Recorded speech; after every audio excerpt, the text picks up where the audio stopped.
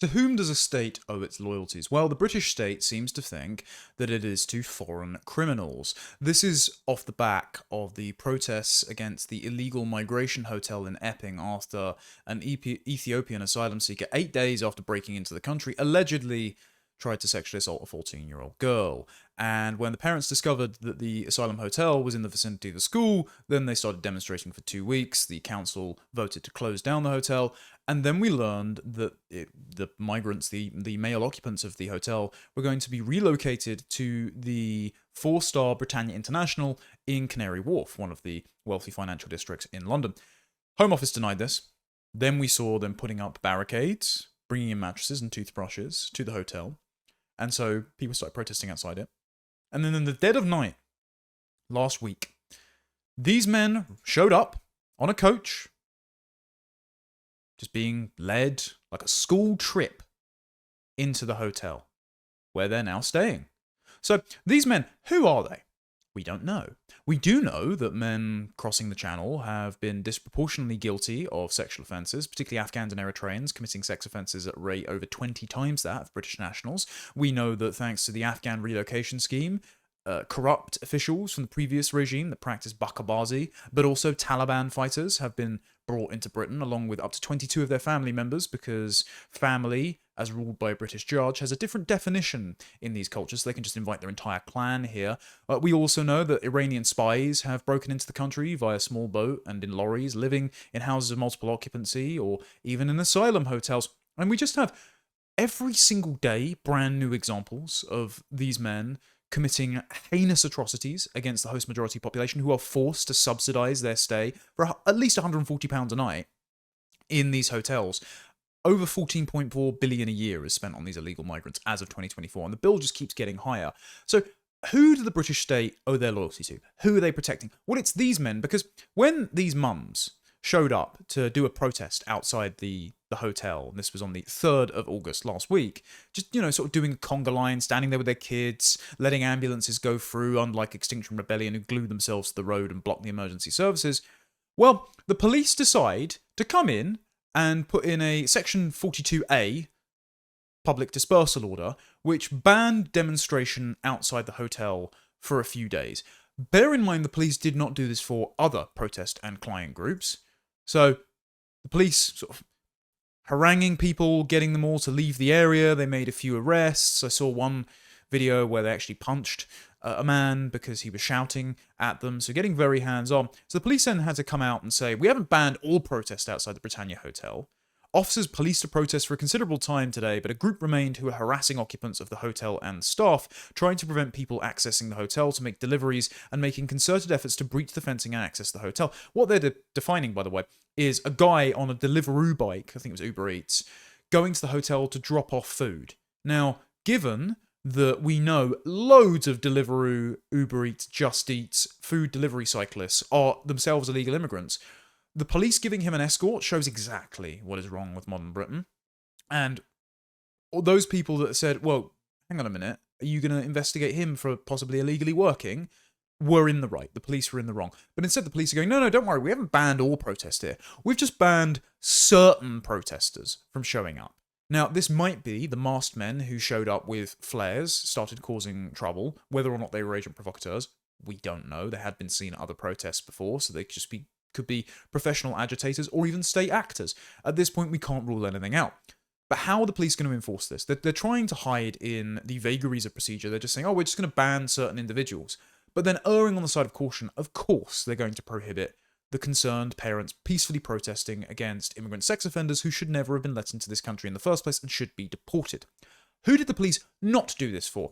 Well, do you remember when Black Lives Matter in 2020 imported American racial grievances and intersectional communism to Britain? And as we can see here in the thumbnail, where the BBC titled as 27 police officers injured during largely peaceful anti-racism protests in London, in the thumbnail we see a guy wielding a big bit of wood to hit one of the police officers in riot gear. But also, do you remember, they were chasing them down the street in Westminster. They were harassing them, they were throwing things at them. The police were literally running away from men with a weird foxtail on the back of their backpack for some strange reason. really is Sodom and Gomorrah in London these days. Or, for example, when they were being chased down Whitehall by large mobs of so-called anti-racist protesters, just anti-white racists, frankly. The police were literally running from a baying mob who were accusing them of being white supremacists, and these protests weren't shut down. Instead, the Met said, if you as police officers feel the need, you can take the knee. You can show not just your solidarity, but your deference, your subservience to these people who are throwing objects at your officers, threatening them, chasing them, harassing them. It's for the same reason, by the way, Notting Hill Carnival is never banned. We've had police officers sexually assaulted, people defecating people's front gardens, police officers being bitten, machete attacks, acid attacks, stabbings, murders, thefts there. We've had it year after year, and yet did the police crack down on them? No, because it would not be anti-racist, because it would inflame community cohesion, because we have a two-tier system where certain ideologies, particularly eco-protesters and socialists and race communists, but particularly Muslims and non-whites, are given preferential treatment by the government and almost certainly, until the 11th hour intervention, the Sentencing Council, who are going to issue new guidance to give those groups, cultural and ethnic minorities, Muslims, trans activists, the disabled, for some reason, lighter sentences for the same crimes as straight white men. So we have an explicit two-tier system. And this is exhibited by how hard the police and the state are cracking down on these peaceful protesters, these concerned parents, compared to these special interest groups.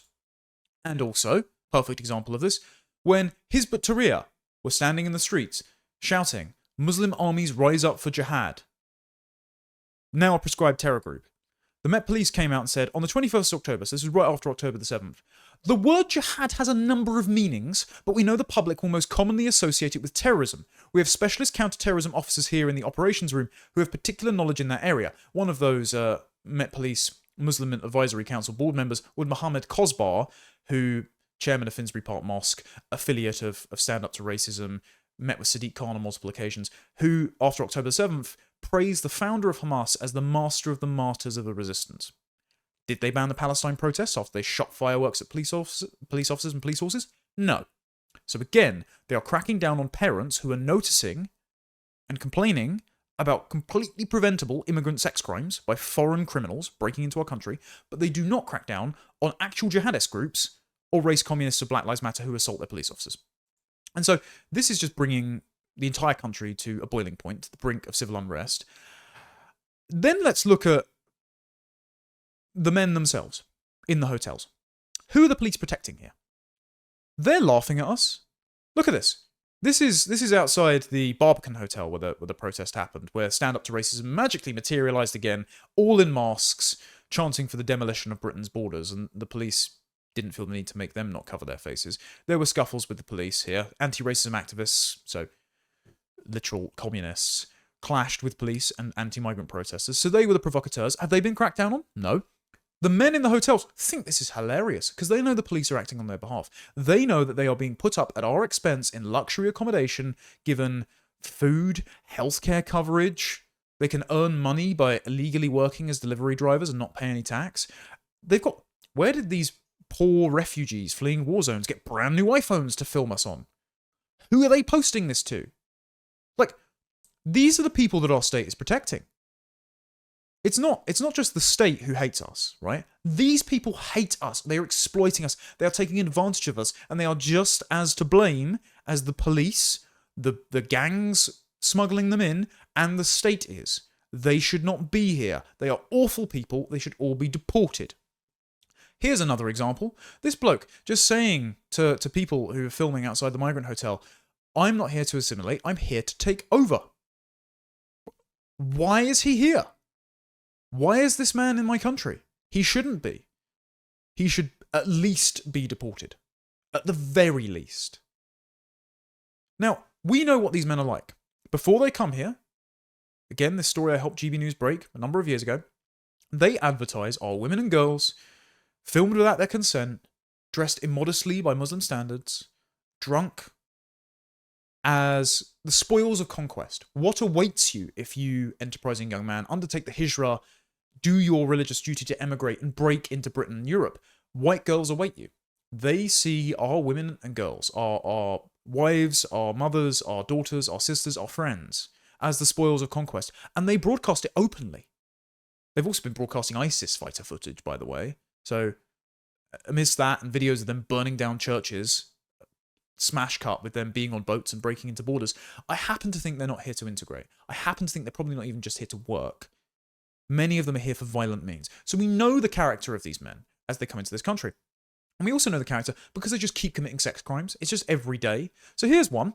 Channel migrant, sexually assaulted teenage girl with special needs in broad daylight, jailed for just 14 months. So here's the chap, Aaron Hatch, and he is Eritrean, of course, was living at a taxpayer-funded Holiday Inn near Heathrow.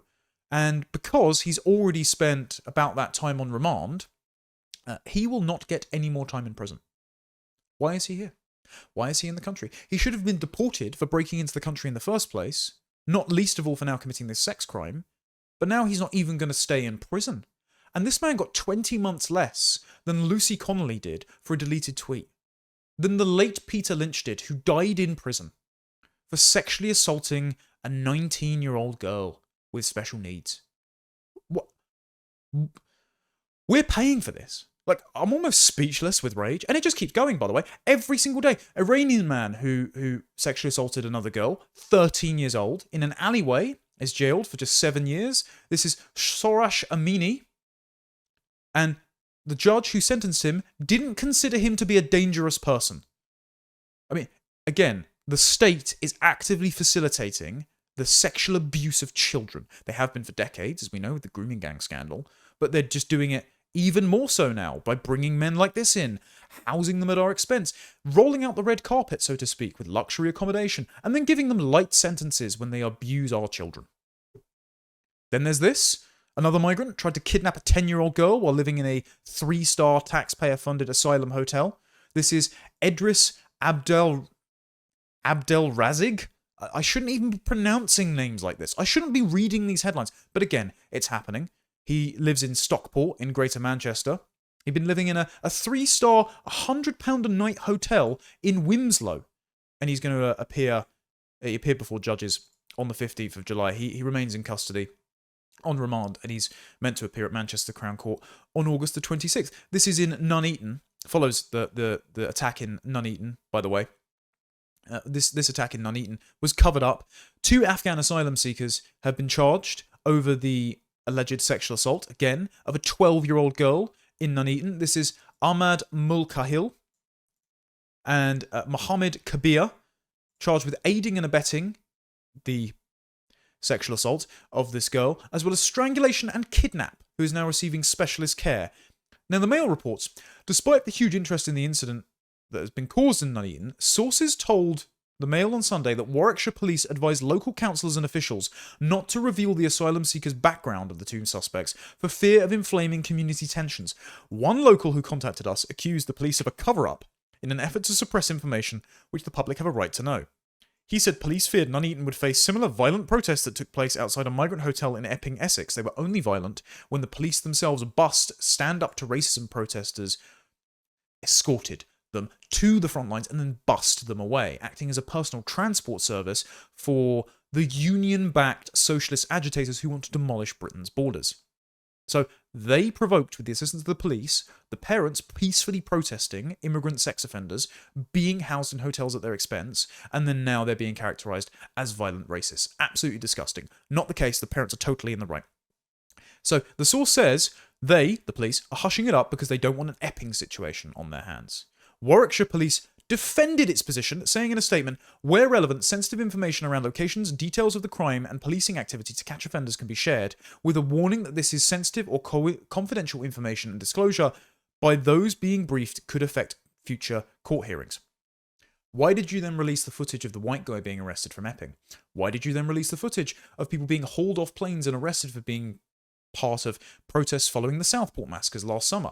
Why did you release the identity of the white bloke who was seemingly drunk, who ploughed into crowds in Liverpool and killed and injured people? Why is it that you always release the identity of offenders when they're white English people, but not when they're migrants who should never be here, and all of their crimes are a consequence of government policy and could have been prevented. So then Chris Philp, who's the Shadow Home Secretary, commented on this, and he said, the police must be open about who is committing these alleged offences and not try to hide it. Otherwise, we risk a repeat of the grooming gang scandal, where horrendous crimes are covered up because of the identity of the perpetrators. It's not just a repeat of that, it's still going on. It's still happening now. But the national inquiry the government has committed to is not a national statutory inquiry. It is local inquiries with statutory powers taking place over the course of years. And as Louise Casey said in her audit, we know the guys that are coming on small boats, being housed in hotels like these chaps, are participating in the scandal itself. And so we know that the government is actually giving more demographic fodder to the grooming gangs while they've got this inquiry going on. None of these men should be here. And the government's unwillingness to leave the human rights doctrines that demand that they treat everyone as being indistinguishable. Actually, even worse, they treat minorities as these beleaguered groups who deserve protections and special provisions from the state against the host majority. They are not willing to leave these conventions like the Human Rights Act, like the European Convention on Human Rights, like the UN Refugee Convention, which would be prerequisites to deporting all of these people. They are not willing to do that. Therefore, if the purpose of a system is what it does, the purpose of government policy is to stockpile foreign sex offenders at our expense. And this, again, just another one that's just happened yesterday. Pakistani asylum seeker has appeared in court accused of sexually assaulting an 8-year-old girl multiple times. Kamran Khan. Why is anyone seeking asylum from Pakistan?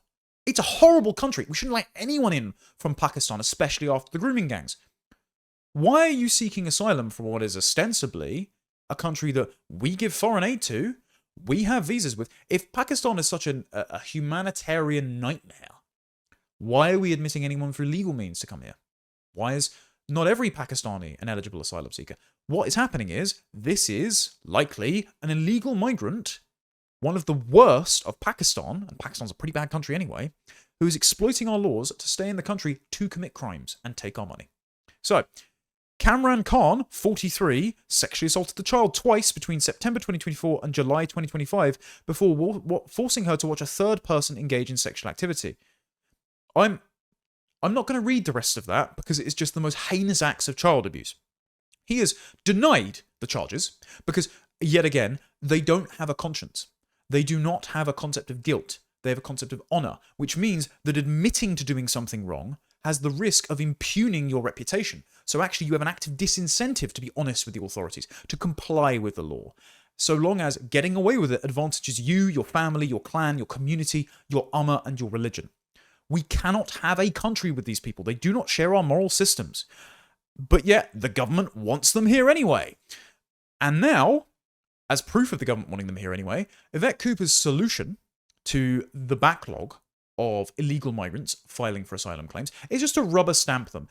Carl Benjamin once commented, he thinks that just the physical size of the Home Office itself is the only limiting principle on the number of foreigners we are battery farming, right? It's just they can't get more desks in for race activists and Islamic infiltrators to sit there and just approve visas every day.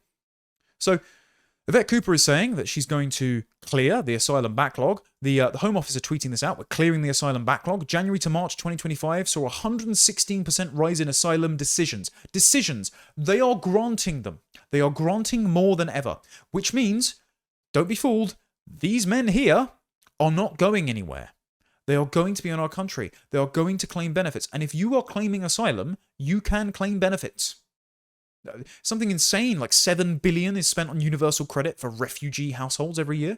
Why? Why is Britain taking in any refugees? We are basically at the arse end of nowhere relative to all of these other countries. They cross through every single other country before getting to us.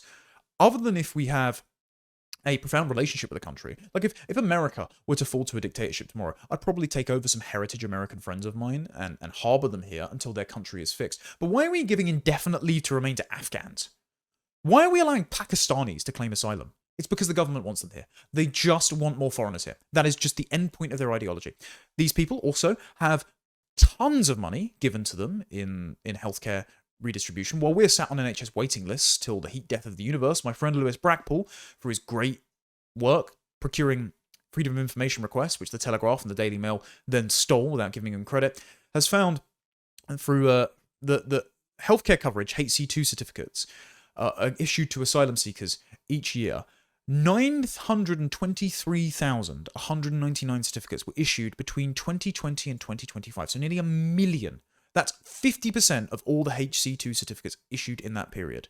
2023 alone saw 220,699 certificates given. So they just get to use the NHS, subsidised by us. They're just coming over here for free money, for iPhones, for health tourism, to sexually assault children, and to laugh at us when parents go out and complain about it. And the most bitter part of this story is that Morgan McSweeney, Keir Starmer's so-called Mandarin who wrote the Island of Strangers speech, who's probably on his way out as a scapegoat, turns out that his parents run a firm, and in Ireland they have been running asylum hotels, and they got a £6 million grant for it. Yeah. So no wonder they don't want to tackle this, because they themselves are making money from it. And now, Labour, if you complain about this, probably I'm going to be on a watch list, are using anti-terrorist tracking software to track critics of immigration. They've already set up that new unit in the Home Office for police to monitor tweets that are anti-immigrant. But now they've got this. This was set up just after the Southport protests. A Whitehall disinformation unit that used to hunt for jihadists, but instead now we're just importing them, is being used to find critics of asylum hotels. This is the National Security and Online Information Team, originally developed to hunt terrorists. In 2017, ministers commissioned Faculty, an AI firm, to help search for recruitment videos posted by ISIS. Turns out that, as an old story goes, the members of the Home Office Islamic Network find this quite funny. One of the members, during a King's College London seminar, I think it was in 2023, sat and watched a video of ISIS recruiters and then pointed and laughed at the screen and said, "Oh, I know that guy. He used to go to my school." So that's the kind of people that we have running immigration and counter-terror in this country. The government now consider it to be a counter-disinformation platform, with the implication being that these concerned parents in Epping and all across the country are just being whipped up online by Russian disinformation rather, because disinformation means it comes from a foreign state. So they can't even get their propaganda terms right. So basically, the state considers you a terrorist if you complain about foreign sex offenders being housed at your expense down the road from your daughter's school. We are being betrayed on just an unfathomable scale, and this cannot continue. The people protesting peacefully, of course, don't go and give the state a cause to lock you up when they're already looking for an excuse. But the parents are protesting peacefully are doing an excellent job. You are well within your rights to do so. I support you completely. And discourage agent provocateur elements from trying to turn you violent that will give the state a reason to clamp down on you. But as proven by their two-tier treatment, they're always looking for an excuse to clamp down on you. The state want to ban this, whereas they let violent client groups not just protest for their racial and religious grievances, but they give lighter sentences to, and your money to, foreign sex offenders. Because they are protecting them and not you.